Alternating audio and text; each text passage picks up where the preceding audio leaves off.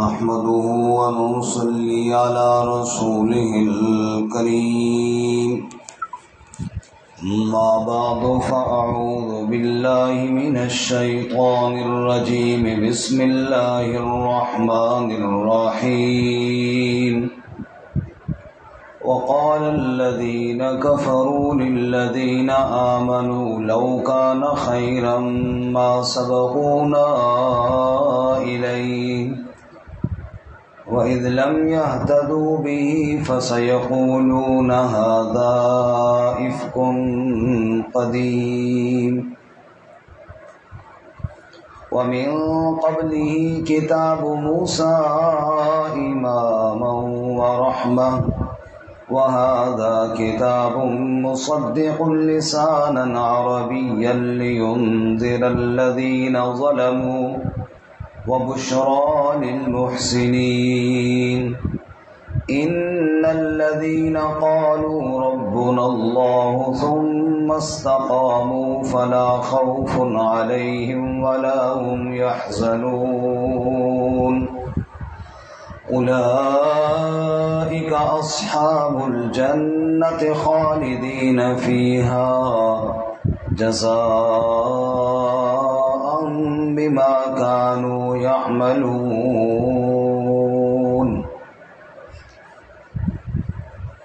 وقال الذين كفروا اور کہا ان لوگوں نے جنہوں نے کفر کیا للذین آمنوا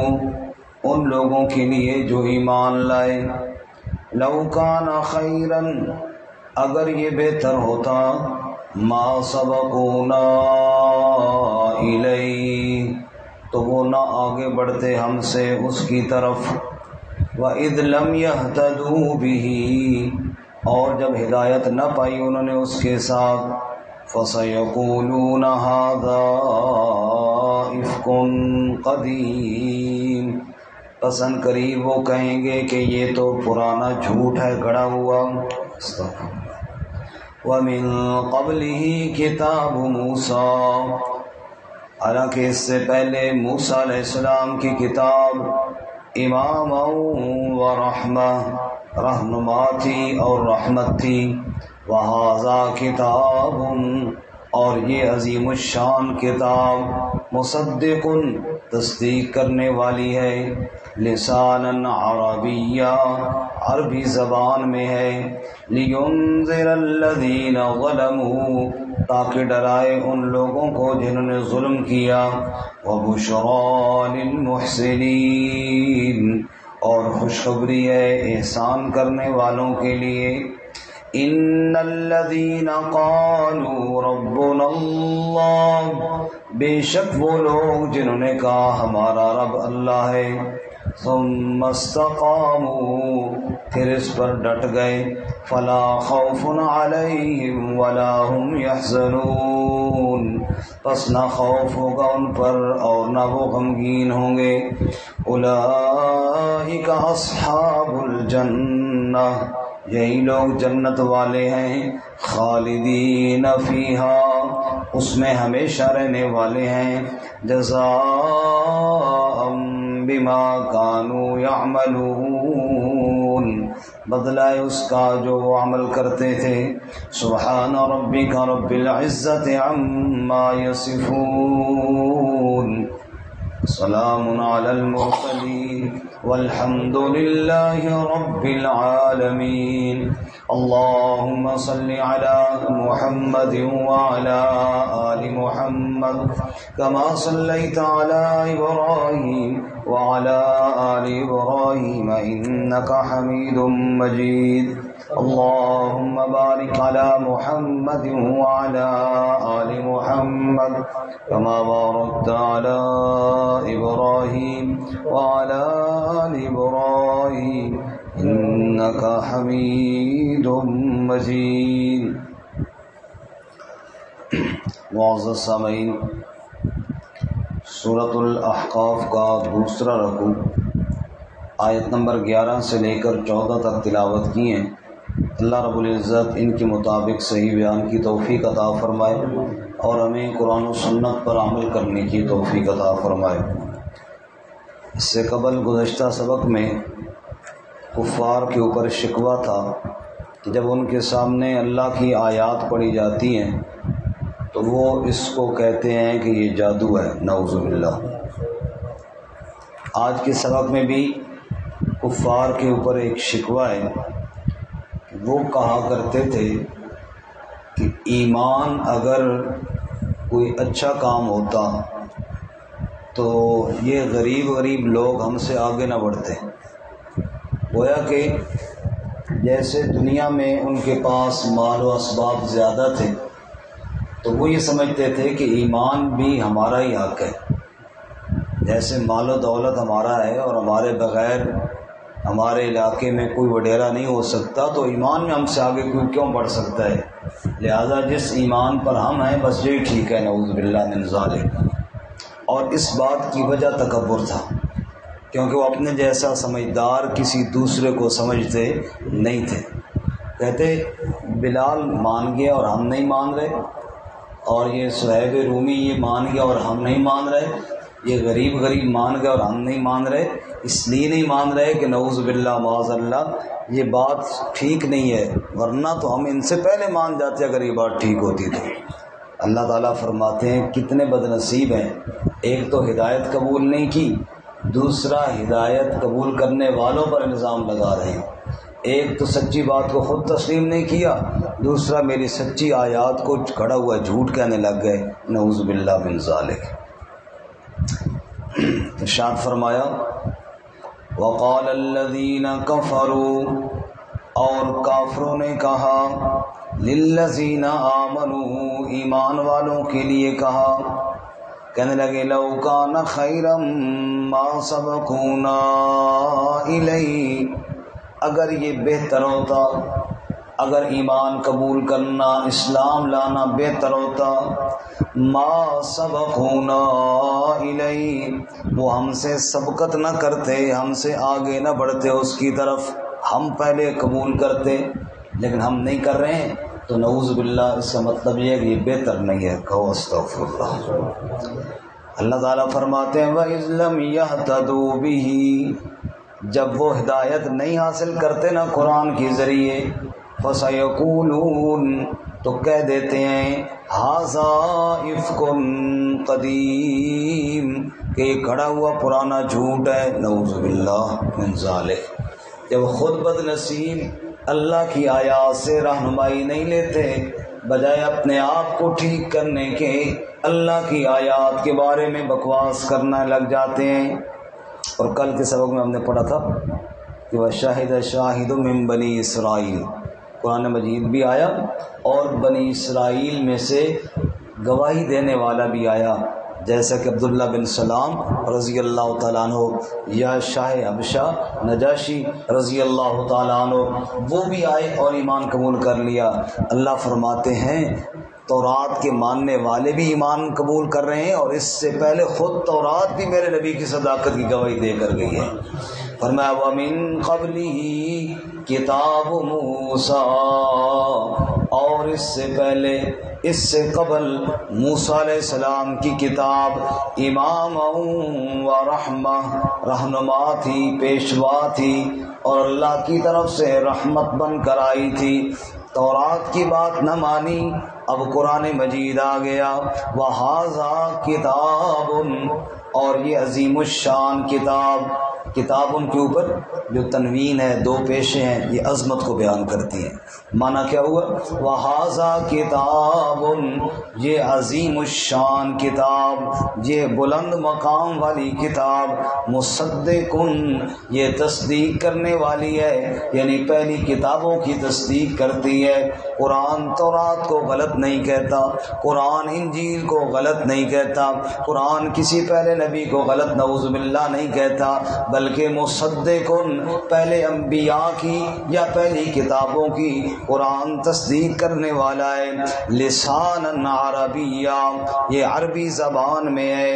کیوں آیا ہے؟ قرآن کے آنے کا کیا مقصد ہے؟ فرمایا لینذر الذین ظلموا، تاکہ قرآن ڈرائے ان لوگوں کو جنہوں نے ظلم کیا۔ ظلم کا معنی شرک، اللہ کے حقوق میں شرک کیا۔ ظلم کا معنی دوسروں کی حق تلفی، دوسروں کے اوپر ظلم کیا، حق دبائے اور حرام کھایا۔ ظلم کا معنی گناہ گار اپنی جانوں پر ظلم کرنا۔ جس نے ظلم کا جو حصہ بھی کمایا ہے، قرآن ان کو ڈرانے کے لیے آیا ہے، قرآن سمجھانے کے لیے آیا ہے۔ وَبُشْرَىٰ لِلْمُحْسِنِينَ، اور قرآن خوشخبری ہے احسان کرنے والوں کے لیے، نیکی کرنے والوں کے لیے۔ رسول اللہ صلی اللہ علیہ وسلم سے تفسیر ہے احسان کی، اور میں احسان کیا ہے؟ ان تعبد اللہ کأنک تراہ، احسان یہ ہے اللہ کی یوں عبادت کر گویا تو اللہ کو دیکھ رہا ہے۔ اگر اتنا شوق نہ بن سکے تو اتنا تو یقین رکھنا کہ فإنہ یراک، کہ اللہ تجھے دیکھ رہا ہے۔ جو آدمی یوں اللہ کے سامنے عبادت گزار بن جائے، قرآن اس کو جنت کی خوشخبری سنانے آیا ہے۔ اور آگے اگلی آیتوں میں خوشخبری سنائی کس کو؟ ان الذین قالوا ربنا اللہ، خوشخبری ان لوگوں کے لیے جنہوں نے کہہ دیا ربنا اللہ، ہمارا رب کون ہے؟ جس دور میں بھی ظالم نے اللہ کی وحدانیت کا انکار کیا، توحید کے پروانے کھڑے ہو کر کہنے لگے ربنا اللہ، ہمارا رب کون ہے؟ سورۃ الکہف میں فرمایا، اصحاب کہف کا واقعہ سنایا، اور سناتے ہوئے اللہ فرماتے ہیں اذ قاموا فقالوا ربنا رب السماوات والارض لن ندعو من دونه الها لقد قلنا اذا شططا۔ ایک ظالم بادشاہ ہے، کافر اور مشرک بادشاہ ہے، وہ لوگوں کو اپنے سامنے جھکانا چاہتا ہے، اللہ کے علاوہ غیروں کے سامنے جھکانا چاہتا ہے۔ اللہ کے ولی اصحاب کہف کھڑے ہو گئے اس کے دربار میں، اذ قاموا، کھڑے ہو گئے، اور کھڑے ہو کر کیا کہتے ہیں؟ ربنا رب السماوات والارض، ہمارا رب تو نہیں، ہمارا رب تو وہ ہے جو آسمانوں اور زمین کا رب ہے۔ ان الذین قالوا ربنا اللہ، ادھر فرعون کہتا ہے، تخت پر بیٹھ کر کہتا ہے انا ربکم الاعلی، نعوذ باللہ کہتا ہے میں سب سے بڑا رب ہوں۔ فرعون کے دربار میں موسیٰ علیہ السلام اور ہارون علیہ السلام کھڑے ہو گئے، اور کھڑے ہو کر کہنے لگے تو رب نہیں، رب تو وہ ہے جس نے ہمیں رسول بنایا۔ قال فرعون وما رب العالمین، فرعون کہتا ہے اگر میں نہیں ہوں تو پھر کون ہے رب العالمین؟ موسیٰ علیہ السلام نے فرمایا رب السماوات والارض وما بینہما، آسمانوں کا بھی رب ہے، ہمارا رب تو وہ ہے جو زمین کا بھی رب ہے، ہمارا رب تو وہ ہے جو پوری کائنات کا رب ہے۔ فرعون یہ بات سن کر بڑا غصے ہوا، بڑی عجیب بات سمجھنے لگا، اپنے درباریوں سے کہنے لگا الا تستمعون، اور سن رہے ہو موسیٰ کیا کہہ رہا ہے؟ موسیٰ علیہ السلام فرمایا میں یہ کہہ رہا ہوں ربکم ورب آبائکم الاولین، میں یہ کہہ رہا ہوں تمہارا بھی رب اللہ ہے، تمہارے باپ دادا کا رب بھی اللہ ہے۔ اب فرعون کو بڑا غصہ آیا کہ یہ تو آگے بڑھتا چلا جا رہا ہے، غصے میں آ کر کہنے لگا ان رسولکم الذی ارسل الیکم لمجنون، یہ جو رسول بن کر آیا ہے، یہ جو رسالت کا دعوے دار ہے، نعوذ باللہ مجھے تو یہ پاگل اور دیوانہ لگتا ہے۔ جب اس نے مجنون کہا تو موسیٰ علیہ السلام نے پھر کہا، فرمایا قال رب المشرق والمغرب وما بینہما ان کنتم تعقلون، اور مجھے مجنون کہنے والے، مشرق کا رب بھی اللہ، مغرب کا رب بھی اللہ، پوری کائنات کا پالنے والا صرف اکیلا اللہ ہے۔ ان کنتم تعقلون، ذرا بر بھی عقل ہے تو غور کر، ساری کائنات کا پالنے والا کون ہے؟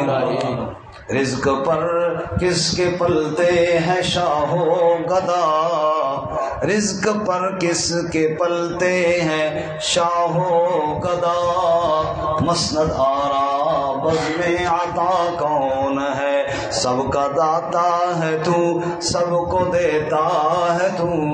تیرے بندوں کا تیرے سوا کون ہے؟ اللہ فرماتے ہیں ان الذین قالوا ربنا اللہ، بے شک جن لوگوں نے کہہ دیا ہمارا پالنہار، ہمارا حاجت روا، ہمارا روزی رساں اللہ ہے، ثم استقاموا، پھر اس پر وہ ڈٹ گئے، زبانی دعویٰ نہیں کیا، صرف عملی طور پر ڈٹ کر دکھایا۔ وقت کے بادشاہ کے سامنے، نمرود کے دربار میں ابراہیم ڈٹ کر کھڑے ہو گئے، فرعون کے دربار میں موسیٰ ڈٹ کر کھڑے ہو گئے، اور ابو جہل اور اس کی پارٹی کے سامنے اصحاب محمد صلی اللہ علیہ وسلم ڈٹ کر کھڑے ہو گئے، جنہوں نے کہا ہمارا رب اللہ ہے، پھر اس پر ایسے ڈٹے، تپتی ہوئی زمین ہے، ریت تپ رہی ہے، اور بلال کو لٹا دیا گیا، سینے پر پتھر رکھ دیا گیا، اور سارا دن تپتی ہوئی ریت کے اوپر بلال پڑے رہے، زبان سے کہتے رہے احد احد، اس کا کوئی شریک نہیں، بس وہی ہمارا رب ہے، اسی کے نام پر مرے، اسی کے نام جیتا جا، اسی کے نام کی میں ہو تو بھر بھر جام پیتا جا، رہے توحید میں گر ہو سمندر شرک کے حائل، لگا دے جست موجوں میں تو پتھروں پر گھسیٹا جا،